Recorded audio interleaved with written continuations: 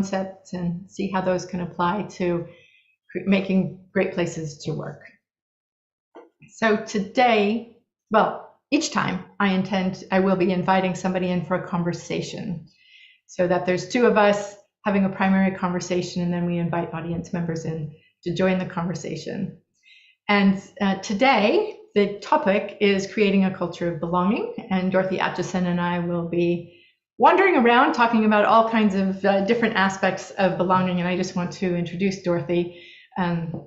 Dorothy's a good friend of mine. We've known each other for about 15 years, and we've been in and around the world of coaching for all that time. That's where we met, in a coaching program, I believe it was originally. And I invited Dorothy to have this conversation with me because I hold Dorothy as the master of relationships and master of belonging. She does an amazing, phenomenal job of creating a sense of belonging. And I first noticed that when she was holding a coaching community for the Coaches Training Institute in London, not for the CTI, but for the participants of CTI. And there was a huge group that she managed to create, and such a sense of belonging in that. And then after years, that shifted and changed, and she did that again for CRR Global in the UK. She does to create belonging. Other things I want you to know about Dorothy is she's an individual coach, she's a team coach, she's on faculty of CRR Global, meaning she teaches organization relationship systems coaching, which is a team coaching, systemic team coaching approach. She's also on faculty of CSA, which is the Coaching Supervision Academy, where she is training others to be a supervisor, a coach supervisor, which of course she also is. She supervises individuals and individual and team coaches, as well as coaching individuals and teams. And she's a highly regarded supervisor, as well as a highly regarded coach and trainer. So Dorothy, come on, and I will turn off my slides and we'll just have a little brief hello before I show another slide, because we have a question for everybody. Where are you, Dorothy? I think I'm here. There you are. Okay. Well, I mean, I know I'm here, but whether you can see me or whether I'm truly belonging here in this setup, I don't know yet. And I'm trying to spotlight you, but I'm having a hard time finding my spotlight button. But maybe Freda will do that in the background. Yes, that's just happened. Okay, great. Anything you want to say just to say hello to everyone? Well, I guess I was thinking shucks as you introduced me with all of that introduction. It's really nice to hear myself being valued as somebody who's known for relationships and belonging, because it's something that really, really matters to me. And yet I don't think I ever quite set out with it as a deliberate intention. But since I've started to get feedback that that's something that I'm good at, it's something I've leaned into more and realized that it's really important to me. Relationships and connection are really important to me. And since I've been working with you, Lori, all these years, and specifically since you started using neuroscience to develop programs, I understood more about why it matters to me, and also how to bring more of it into the world, into my work settings, and in particular into team coaching, individual leadership coaching and team coaching. Yeah. Do you want to say a little bit about, in particular, team coaching? Something about the social brain, perhaps, or what is that? Well, yeah, I guess the place where belonging maybe shows up the most for us, I wonder about this, and we're going to ask everybody a question soon, but is when we're in groups. And our original families is where we first got our sense of belonging, or not. And the same as when we went to school, that same thing was probably going on about how we calibrated whether we did or didn't belong. But then the place that most of us then experience that is our friendship groups or work. And friendship groups are a little bit more chosen. Work, we're not really choosing the other people that we're with. We're having to work and collaborate in teams and social settings. And so the brain is doing what the brain does in that sort of setting. I learned, for example, through one of your programs, or from the basics of neuroscience, that we treat every stranger as foe until proven otherwise. Mm. And I think that's interesting when you know that, what Yeah. what are the implications for the workplace? Yeah. Right. Friend or foe until we become friends, and it doesn't have to be super good friends, but if I'm not in connected mode, then it's opposition mode. Yeah. Yeah. So that reminds me of our question that we have, which is, what are the signs, indications that we belong? So maybe questions that we're in. I just want to share my screen so everybody can see this question. So what are the signs that you belong to a group or not? We'd like you to keep that in mind, that question, as we go through our conversation. And our conversation will meander, by the way, and we'll be looking at comments and questions at certain points along the way. And this might spark something in you. So I'll just stop sharing that. But there's these, you talk about friend or foe. It's like, what are the signs that there is, we're in foe mode? Not to be confused with FOMO, which also has to do with belonging. It does, doesn't it? FOMO. I used to have terrible FOMO about things. So I'm somebody who used to be way too busy. It's something I've been working on for a very long time. So because I personally have a very strong need for belonging and relationship, part of my personal development path has been to learn to say no. It's not been easy for me because I do get FOMO when people I know are doing something, or there's an interesting thing going on over here. I do get FOMO. Lori, is that, from a brain science point of view, is that because of belonging? Is it because of anything else as well? Or is it mostly because for me, it's part of belonging. It might also be something about status. Am I important enough that I've been invited? But I think FOMO, fear of missing out, in case that's unfamiliar to anyone, fear of missing out, FOMO, comes from, I want to belong, I want to be a part of, I want to be included. Yeah. That's how it resonates in me. It's like, oh, all those people are gathering over there and I'm over here. I want to be in the in group. Those cool people are going and doing something. What about me? Yeah.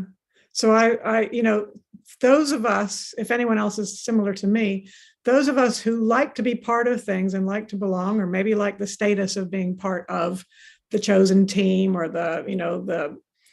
I can really feel that the status, which is another neuroscience thing, isn't it? That status, we get dopamine rewards when we feel belonging, and we get dopamine, the brain rewards us with dopamine when we feel that a certain status of being included. People like me can get overwhelmed because we're saying yes to an awful lot of things for the sake of belonging. Yeah. But we need other things too. Yes.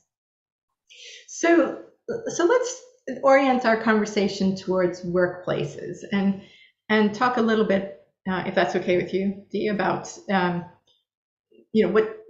what might be the problem that we're talking about. Why are we bothering to talk about belonging? And what are the problems that get created by wanting too much belonging? So you were just talking about, you get overwhelmed because you do too many things because you want belonging. What are the problems that get created in the workplace, similar, that people create because they maybe want belonging, or they don't feel like they belong? Yeah. Well, I think we're living in an extraordinary time. So let's say that for starters, the last week in particular is a very, very stressful global crisis for everyone. The uncertainty and stress levels are beyond, and we've just come off COVID, something else, which was a global crisis and we'd never been through before, and nobody, so from a brain science point of view, we're activated, our stress levels are activated. What I saw in particular during lockdown, I'm sure some of the people on this call will relate to this, is people trying to figure out how to do things in a new way, how to collaborate, how to remote work.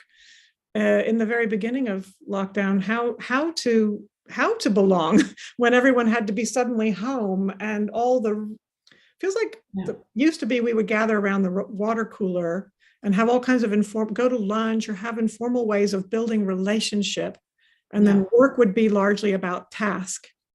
And then I think what I saw happen with COVID was that because of having to relate this way, we became a bit more task over relationship.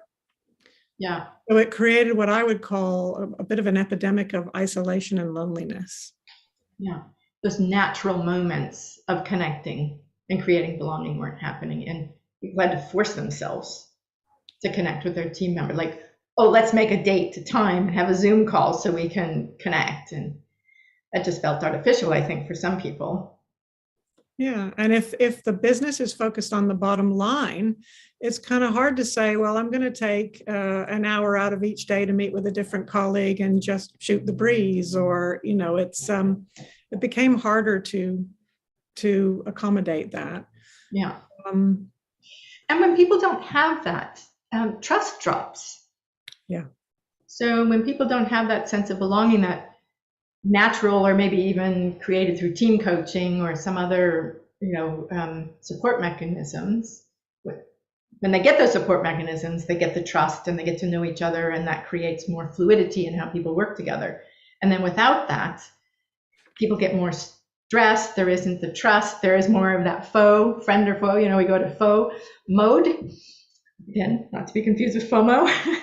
And it's so much easier to get in conflict with people and to have disagreements. And, oh, that person didn't deliver this to me and it's their fault. And a lot of that happens. It's so much easier when there isn't a sense of belonging, sense of team.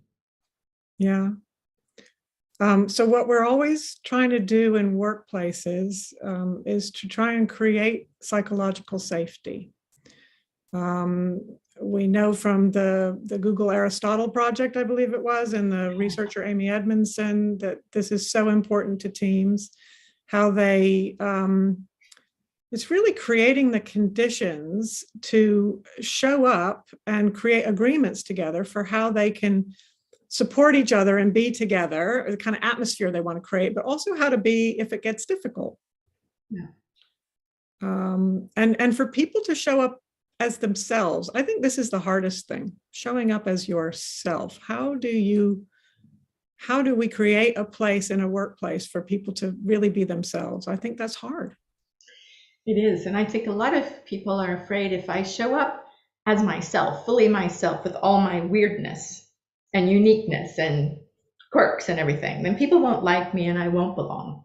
So I think I can certainly relate to that. Like in my personal development journey, I can map how I started out being a little bit worried everyone would judge me and reject me, and could I really be my full self? And little by little, I have done my own work, to develop awareness of myself and to develop awareness of others, and finding out how similar we actually all are as human beings. It's made me. In fact, brain science has helped me realize how similar we all are. And there's maybe less potential shame in being found out for who I am, and more pride in being able to go, people may not like all of me, but that's something I wanted to say. I belong to myself now, but that's taken work to get to that place. It's not something that just happened one day. And as you belong to yourself, then you get to show up as your whole self in places you go. Is that right? Many places. I can't say all places, but many places.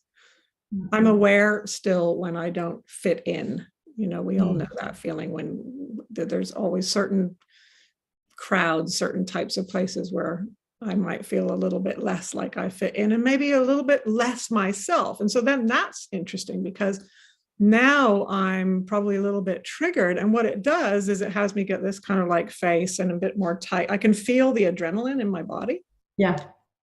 And, this is the kind of thing I think I'm working with leaders and teams to understand, is that this is happening all the time in the workplace. It's happening in our social settings as well. So, yeah. Leaders really need to understand that this is going on for all their people, that everyone is showing up with some amount of fear, because that's what the brain is doing. It's tilted towards fear, as opposed to, just, hey, I'm here and open and ready to connect. There is a big part of fear that runs us regularly. And if leaders understand that, there's things they can do, like to create more belonging. On the subject of full authenticity, my old dog is somewhere down here on the floor coughing like crazy because she's old. So I just want to own up that if anyone hears pig sounds, it's because there's an old dog down here and it's not some other noise that I'm making in the. I was just looking to see whose audio did I need to turn off. It's me, and you can't turn me off. So I hope me and this coughing old dog down here can still. Oh, poor Lily. Okay, well, Lily and her coughs are welcome. Let's include her. So I wanted to say a few words, because we've talked about dopamine, and you just talked about your body and the adrenaline and cortisol, and I just want to say, bring in a couple brain basics. You know what? I think I'm going to turn on the slides and show the Be Safe and Certain model. Does that work for you? Thanks.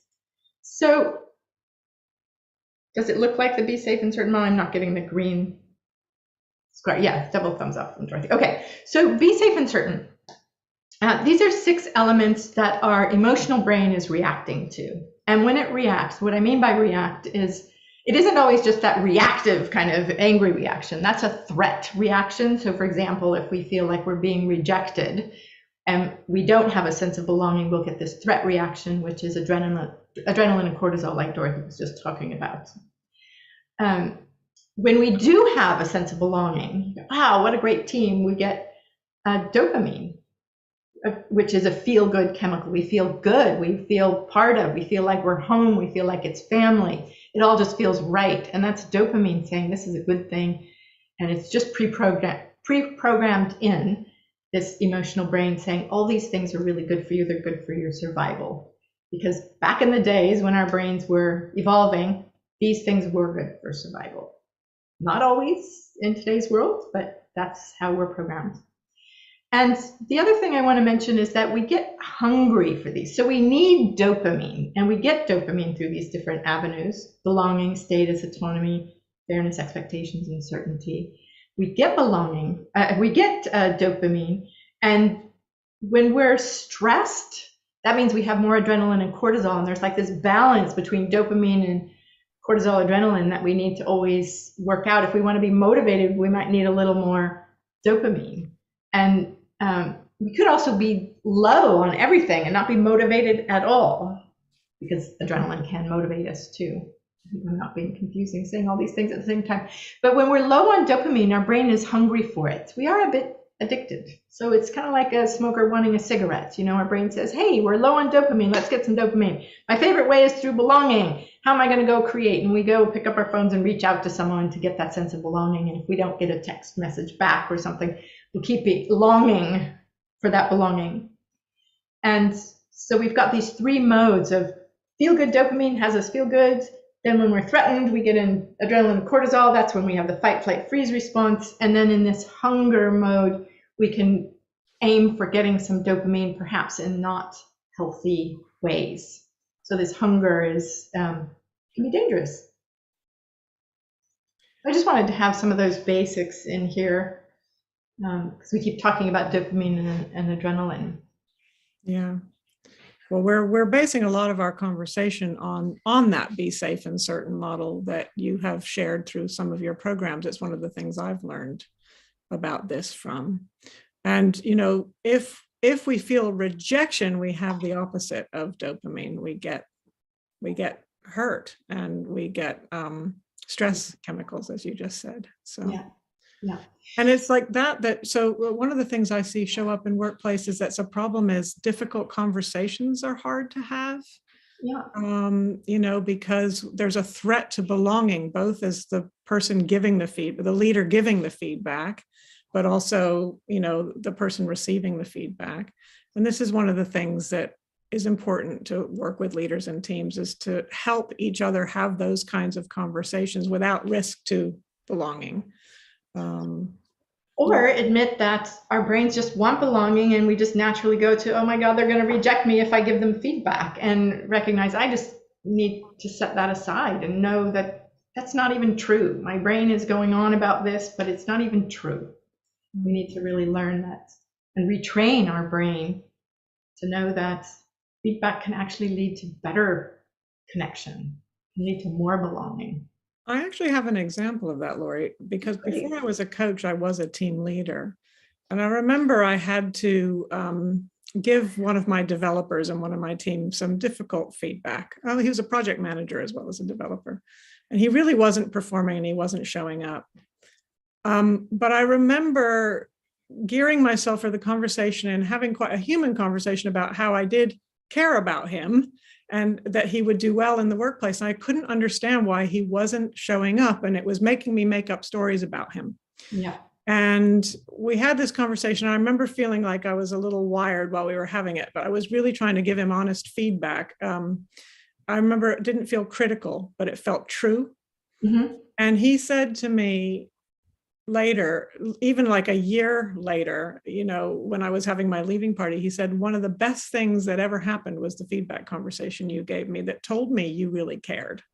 Nice. And I was able to change my behavior.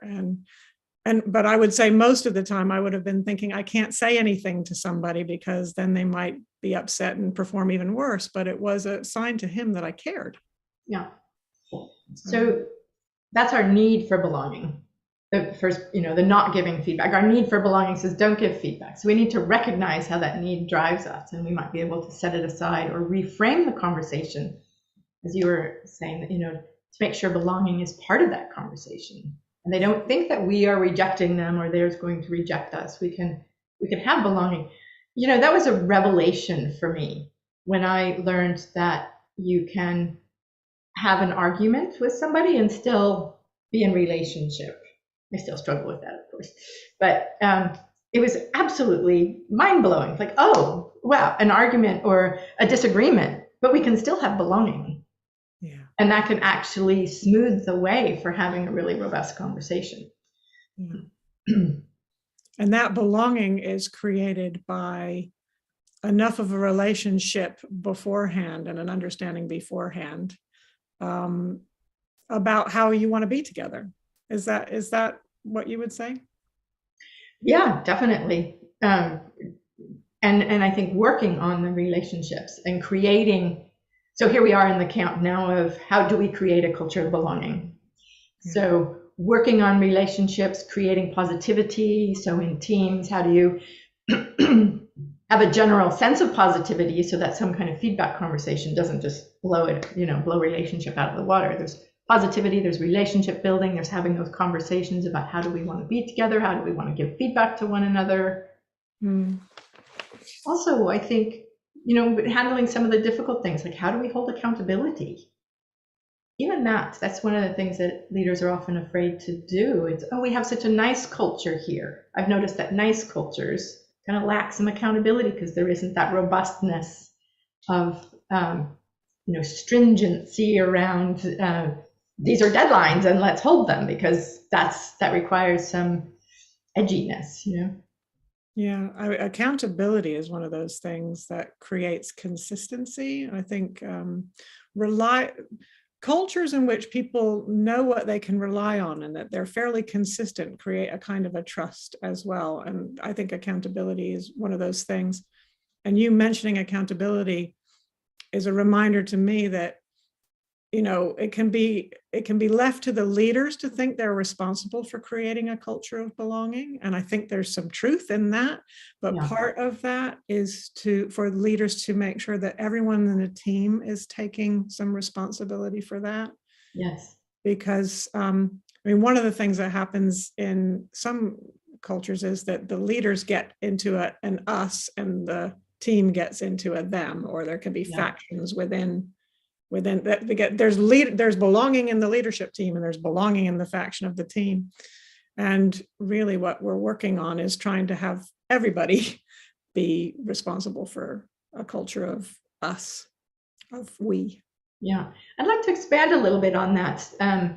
The leaders have belonging and the teams have belonging. That can happen anywhere, and it isn't just leaders and teams, but one team might say, well, I get my belonging here, or this part of our team, the ones who work on this aspect of the project, we get our belonging here. And once we belong to one group, we tend to think of that as where we belong. And so then we don't belong to other groups, and that creates the in-group, out-group, and it creates exclusion.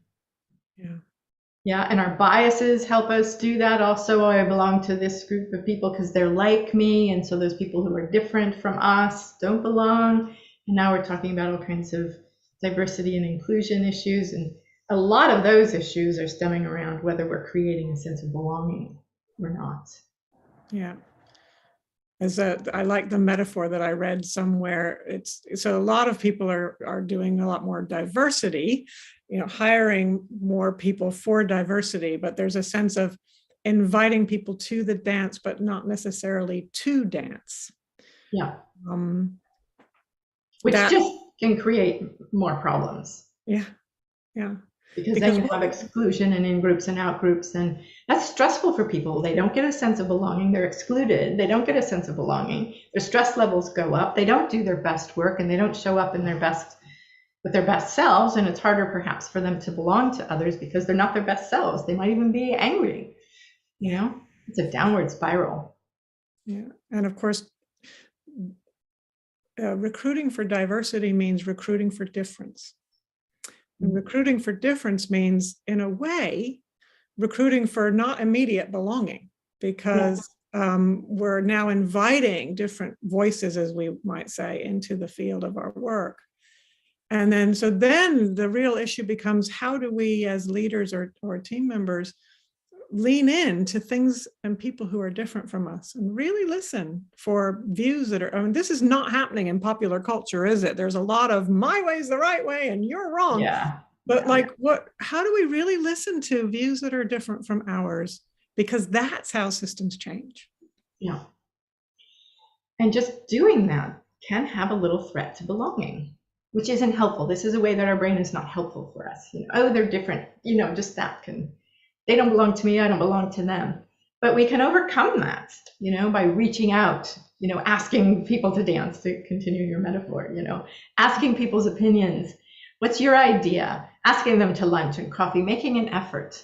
It's going back to that idea of making an effort to create a culture of belonging first, a culture of positivity and belonging, so that we can then include people's ideas. And, it's not about hearing from everybody so that you can implement everybody's idea, because then you can't. And but it is about, we have something called the ground conditions for change. I don't know if that's part of your leadership program, Lori, but it's basically consult everyone, including the dissenting voices. But be clear about who will make decisions and how it will be communicated, so that there's some certainty. So that's another thing on your be safe and certain model, like explore with everyone, include people, but be clear that, if you're holding the decisions as a decision maker, be clear about that. You may or may not take what everyone suggests, but a lot of people feel invisible, like they're not being solicited for their opinion.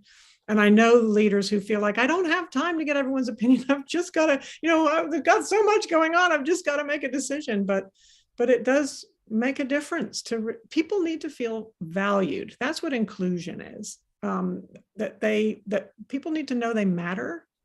If people go to a meeting and they sit there the whole time listening to the extroverts talk and they never get a word in, and then they leave again, it can start to make them wonder why they're there. Yeah. So for me, I have a little soapbox about listening, because listening is quite important to me. I don't think we have to spend hours doing it, but I do think we really need to.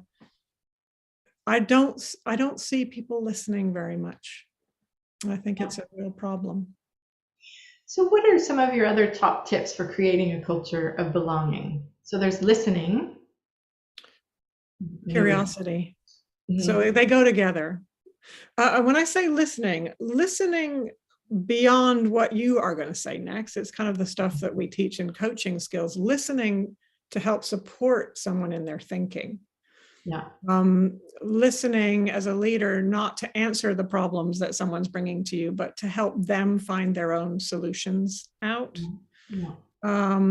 Curiosity beyond work and the task, like how's your family? How's your dog? Like I made it a point to remember the name of my accountant's son, so that whenever I speak to him, I ask about William, because I know it makes a difference that he knows I remember his son's name.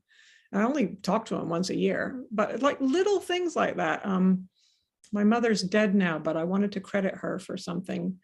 She died last year, but one of the things she said to me years ago is, darling, if you'd like to be a hit at cocktail parties, just ask people about themselves. They'll tell you very happily lots of stuff about themselves. They may not ask you anything back, but they, and there's something in being curious and creating a place for people to tell you a bit more about themselves. It creates connection. Yeah. Those are three of the things. Just putting a couple of things together that you've said is, if people are listening with curiosity and listening beyond just the sort of, how do I respond to this, to really listening, you can start listening for the differences. And then you also talked about hiring for diversity. And so if we are going to hire for diversity and be inclusive, as we listen to people we see as different from us, we need to really start listening with deep curiosity about what's the new idea over there? Yeah. What's the contribution? And so just like putting those things together that you said, because I think they fit really well. Yeah. What is my bias? I mean, that's something you and I have done in a separate group around anti-racism, is to look at what are our biases? What are our, I had so much revealed to me that I didn't even know was a bias, just by leaning into what is it to really look at difference. Yeah. And we do have all kinds of unconscious biases that the brain has designed for us to try and be helpful. And learning to recognize those can be really useful, essential if we want to create a culture of belonging. Because our biases will keep us creating a culture of difference and separation. Yeah. So I'm wondering if we want to hear from, see if there's any questions or comments from anybody, or maybe an answer to that question, or like, what are some of the signs that you belong or you don't belong? I would love to see in the chat box people sharing initially anyway, what are some of the signs of belonging or not belonging that you're aware of, whether it's for you or teams you've been part of or that you've coached or that you're in charge of. How do we know? What are the things you can, because this is part of team culture, right? What are the signs people belong in the culture or they don't? What do you notice? It could be useful for our discussion if we hear some other people sharing about this. Yeah, so writing in the chat box, if you want to speak up, that's okay too. Hi, can you hear me? Yes, is that Olivier? Yeah, that's me. Hi, Laurie. Hi. Hi, Dorothy. When you asked the question, I put some notes. Let me just find them now. I just can't find them anymore. Yeah, the first thing that came to me in terms of feeling that you belong is to be recognized really for our effort and achievement. And we don't do enough in companies, teaching the leaders to recognize individuals and teams for their achievements and make sure nobody steals, the rewards for others as well. And we see a lot of this in companies, and that completely break the trust in a team or the trust in a leader for the rest of the team. Sorry, I lost my voice over the weekend. I thought you didn't quite sound like you. I was in Devon running a workshop, and we were in a cold. Great, so acknowledgement and recognition, and making sure people are, Sorry, Olivia, I had written to have each other's back in a team, really ask for support. People help each other, even across team, even if it's not within their job description, our responsibilities, to know that we can ask for help and somebody is going to come and give support. And in companies, performance is so important that people are focused on, well, this is my job, this is your job, I don't have time for you.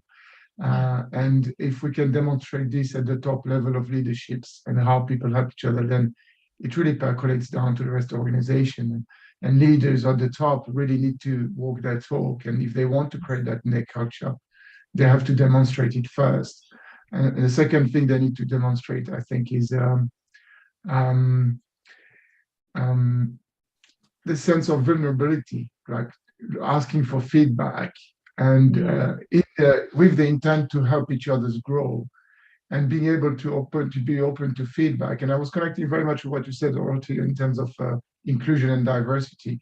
When we have people who are very different, and we think we know this is the way to do it, we're not so open to feedback.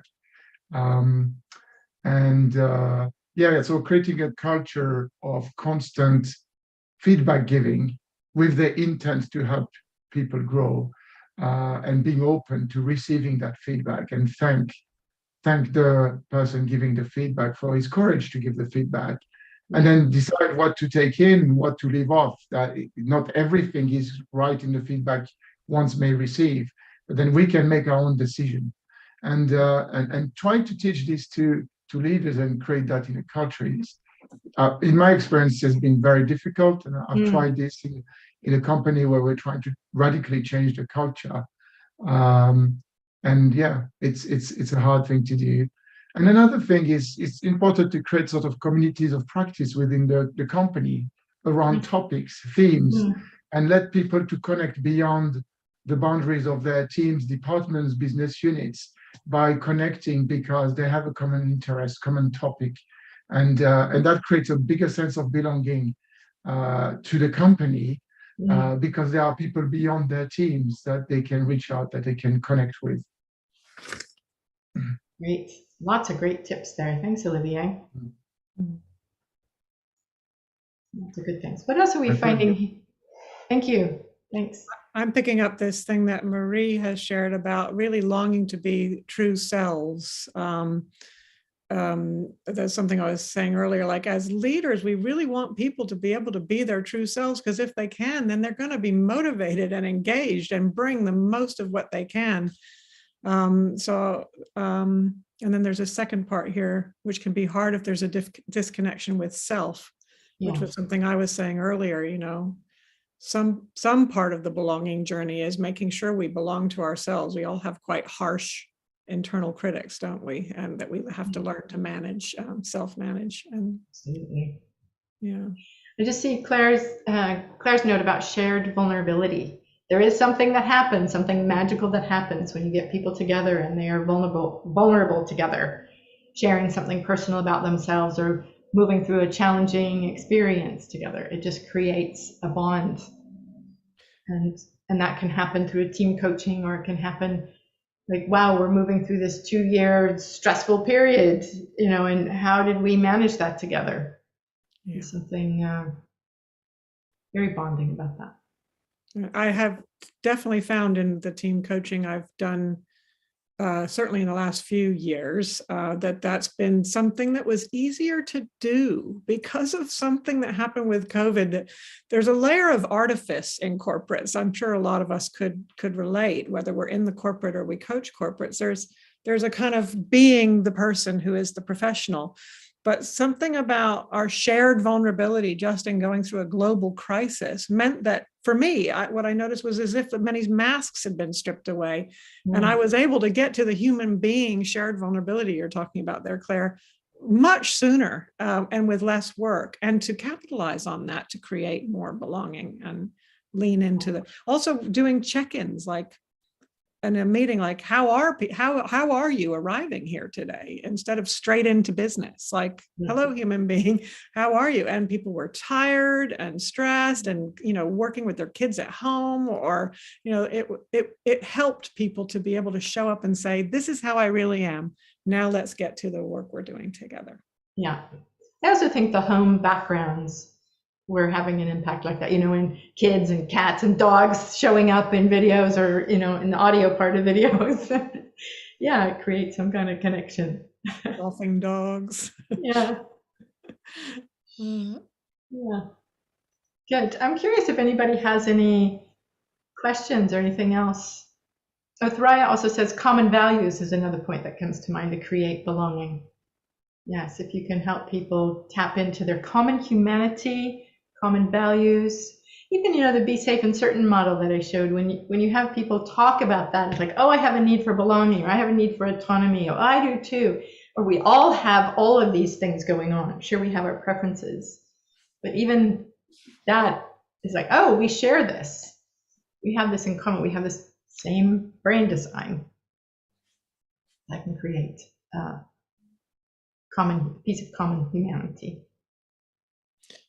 I want to go back to something that Olivier said too. I think my number one tip as a leader, but I'm even doing it as a person, is, and it feels important right now, given the bigger picture that we're in, is really telling people how important they are, that they matter to me, that, and I can tell them directly, which I have been doing, but also by checking in a message here and there, or, because I think, Lori, tell me if there's a brain thing here. I think there is.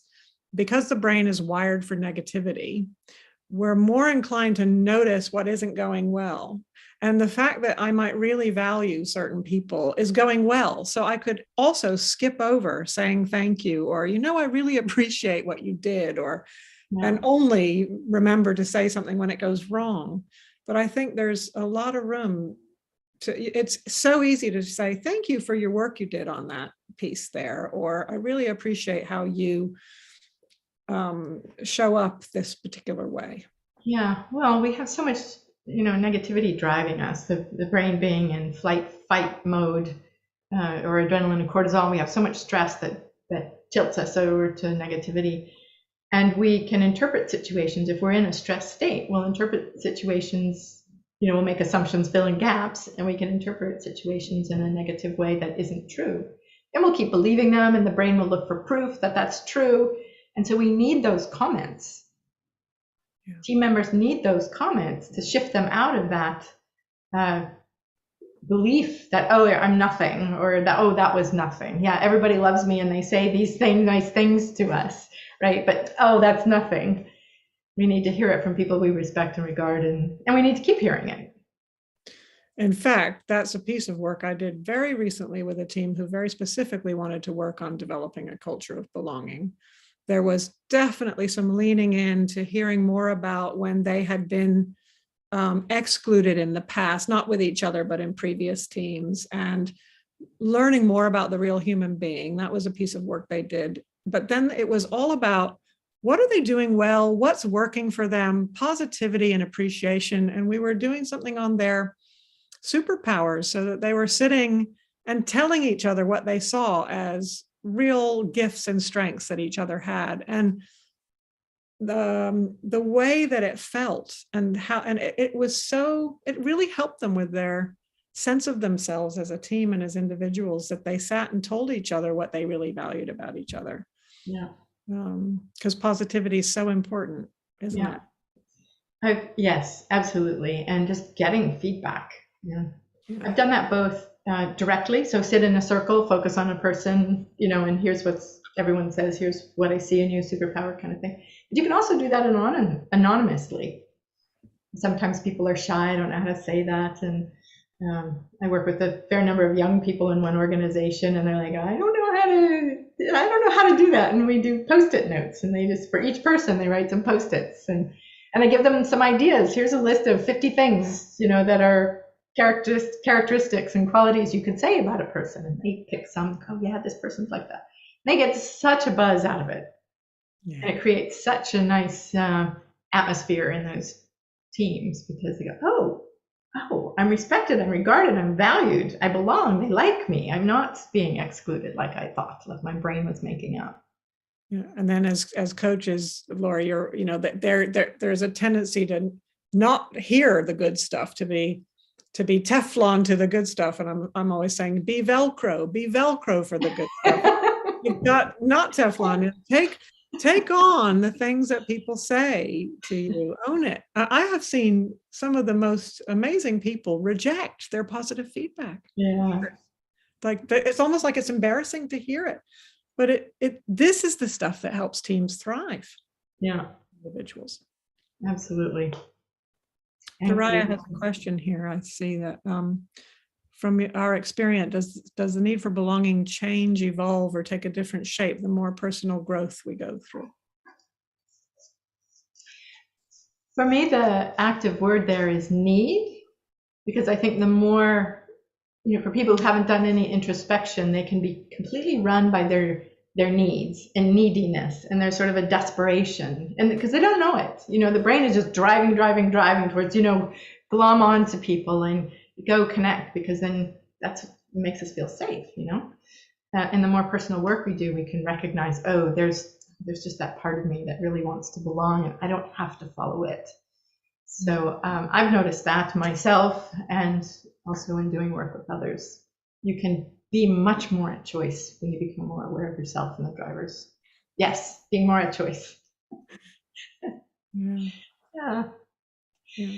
So, and I also see Reed's answer, sensing how you matter from your own experience does change with age. How you matter. Yeah, you do work, you can get feedback, see what a difference we make to others, and there's a sense of confidence that comes with that. That doesn't mean that happens for everyone, because I have met plenty of people who are, 50s and on, and have never done any introspection, and they can still be run by needs. So age plus a little personal development work. It doesn't have to be big personal development work, just self-reflection and self-awareness. It's happening on several levels, isn't it? There's belonging to self, which is quite important, and I think has something to do with introspection and care for ourselves. That's often the last journey many people make. And then there's, there is belonging to other. There is friendship and family and workplace, and then there's belonging to the wider systems. So it's happening on many levels. For me, the agency comes from being able to manage myself in my process. Yeah, which takes a little bit of energy as well. So you have to have that. You need the self-care in order to have the energy and the stamina and discipline to do that self-management. I'd like to share with everybody, I have a couple of slides. I'm going to talk about the Rewired programs and how our programs bring a lot of this conversation to life. And Dorothy, I know you're going to help me with that conversation, because you've done. I mean, what I want to say about both your programs, Lori, is that I've done versions of them myself as a learner, and also brought some of this into my work, and that's where I've done some of my personal work, as well as work with teams, is coming from this material. So Rewired to Lead. So thank you for saying that, Dorothy. Rewired to Lead is the big overarching program that we've been working on for about 4 years, putting it into online formats and creating a hybrid format to the program. So we have both social learning and on-demand learning. And we have put in there years of work, collection of what we believe works really well in a leadership program. So here's just an idea of the different things that go into this. These are different modules in the program. So Rewired to Relate, I'll go into that a little bit more, but that's the basics of brain science, neuroscience, and what we've been talking about today, like the Be Safe and Certain model is part of that, and how do our drivers show up and drive our behavior. And then there's motivating your team, again, using neuroscience, how to create more dopamine or adrenaline when it's needed, and from a leader perspective, create more motivation and positivity in teams. And then we've got these blue ones, which are part of the communications modules. So great conversations. How do you listen? How do you get over your needs of, oh, it's about me, set those aside? How do you manage your attention, which is really limited because our brain is trying to do so much? How do you manage that attention so you can focus on someone, have great curiosity, as Dorothy was talking about earlier, and listening and curiosity, and setting aside biases to some extent. Difficult conversations, we were talking about that as well. So this module here is really, how do you get beyond the emotions? Because emotions are what make some conversations difficult. And if we can manage those emotions, we can slide into those conversations much more easily and conscientiously.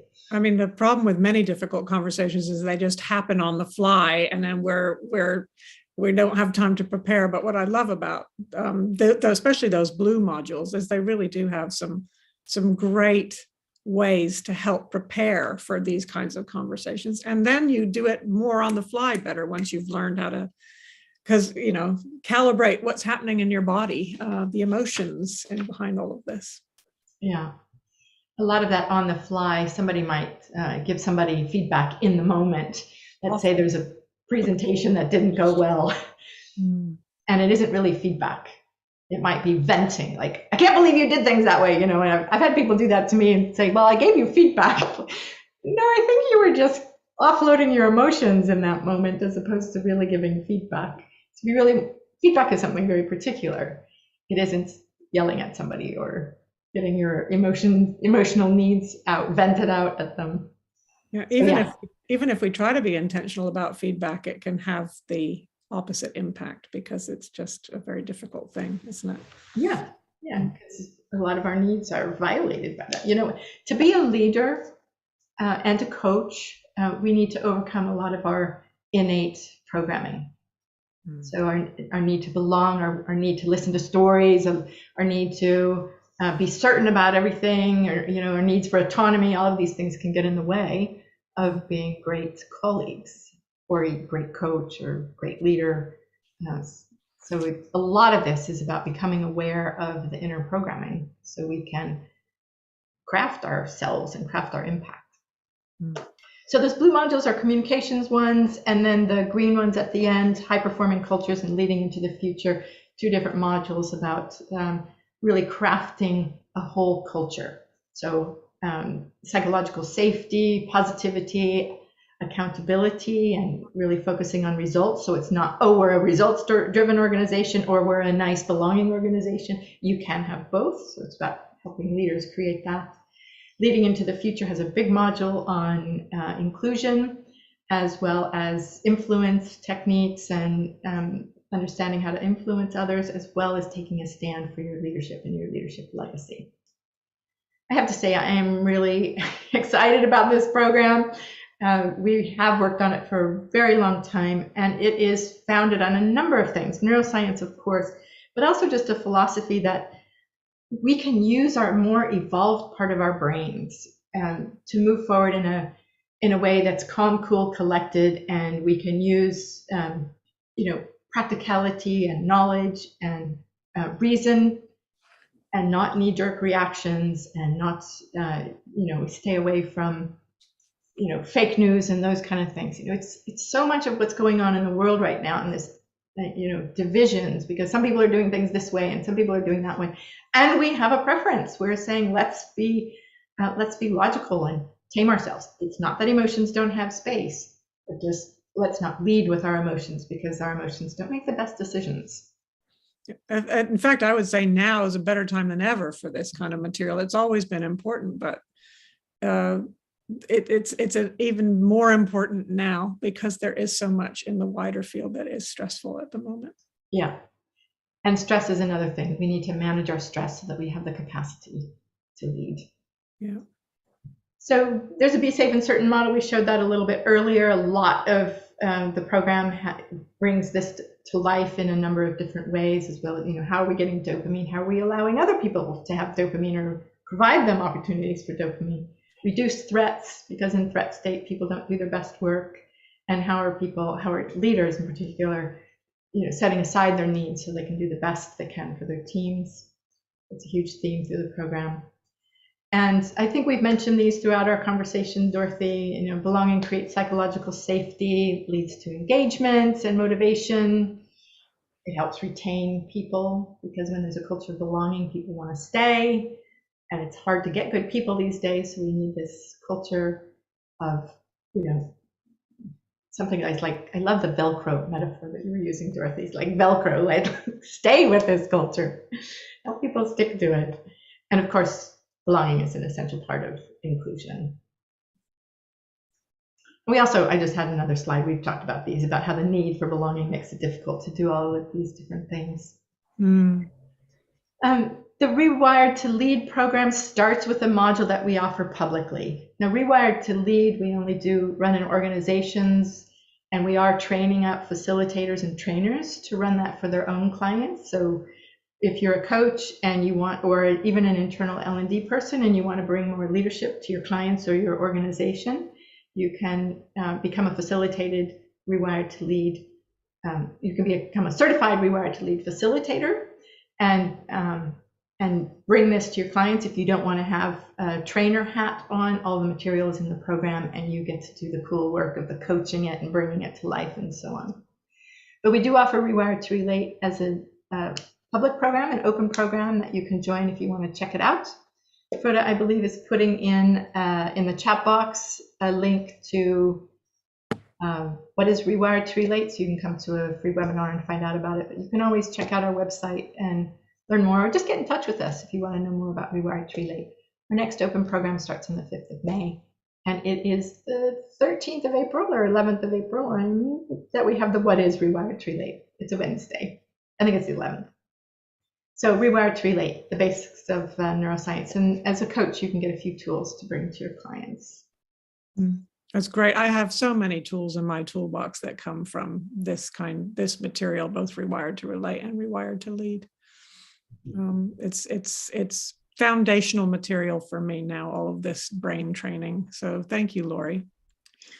You're welcome. Dorothy, thanks so much for being here today. I love the conversation. I knew I would. We didn't know exactly where it was going to go, but I think we covered a lot of territory, and it was, as always, wonderful to be in conversation with you. What are some final words you have for people? Oh, final words. Go out and tell somebody how much you value them today. Set yourself that assignment. Just anybody, someone close or someone a little more distant. Tell them how much you value them and notice what happens for you as well as for them. That's awesome. Thanks, Dorothy. Thank you, everybody. We'll see you next time. Take care. Thanks, everybody.